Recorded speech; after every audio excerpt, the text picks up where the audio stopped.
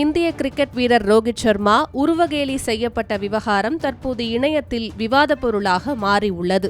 என்ன நடந்தது என்பதை பார்க்கலாம். इंडियन स्टेट के खिलाफ है, अब इंडियन टीम के खिलाफ होगा.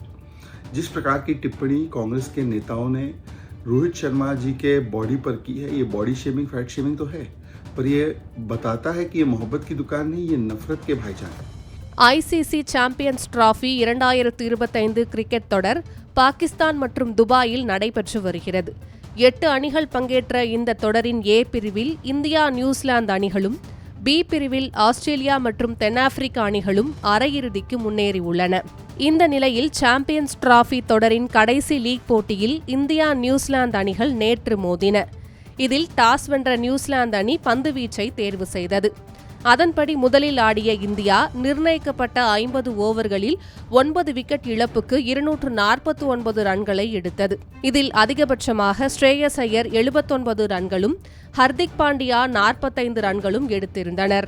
இதையடுத்து 250 ரன்கள் எடுத்தால் வெற்றி என்ற இலக்குடன் நியூசிலாந்து களமிறங்கியது. இதில் கேன் வில்லியம்சன் தவிர மற்ற யாரும் பெரிதாக சோபிக்கவில்லை. இதனால் நியூசிலாந்து அணி 205 ரன்களுக்கு ஆல் அவுட் ஆனது. இதன் மூலம் இந்தியா 44 ரன்கள் வித்தியாசத்தில் வெற்றி பெற்றது.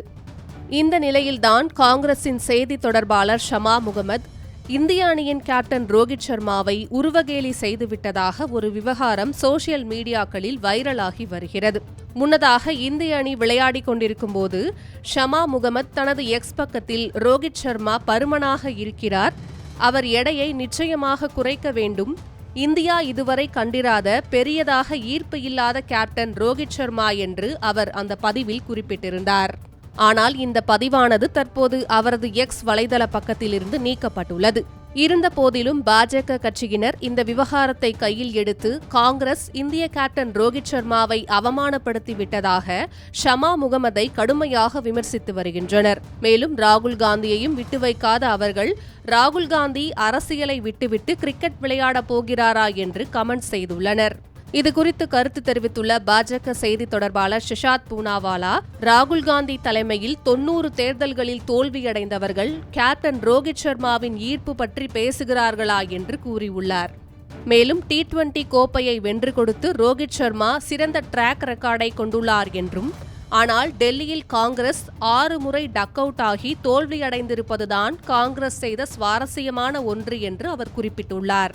இந்த விவகாரம் தற்போது பேசுபொருளாகியுள்ள நிலையில் இதுகுறித்து விளக்கமளித்துள்ள காங்கிரஸ் செய்தி தொடர்பாளர் ஷமா முகமது, தான் பொதுவான முறையில்தான் பேசினேன் என்றும், ஒரு ஜனநாயகத்தில் நமக்கு பேச உரிமையில்லை என்பதை என்னால் புரிந்து கொள்ள முடியவில்லை என்றும் கூறியுள்ளார்.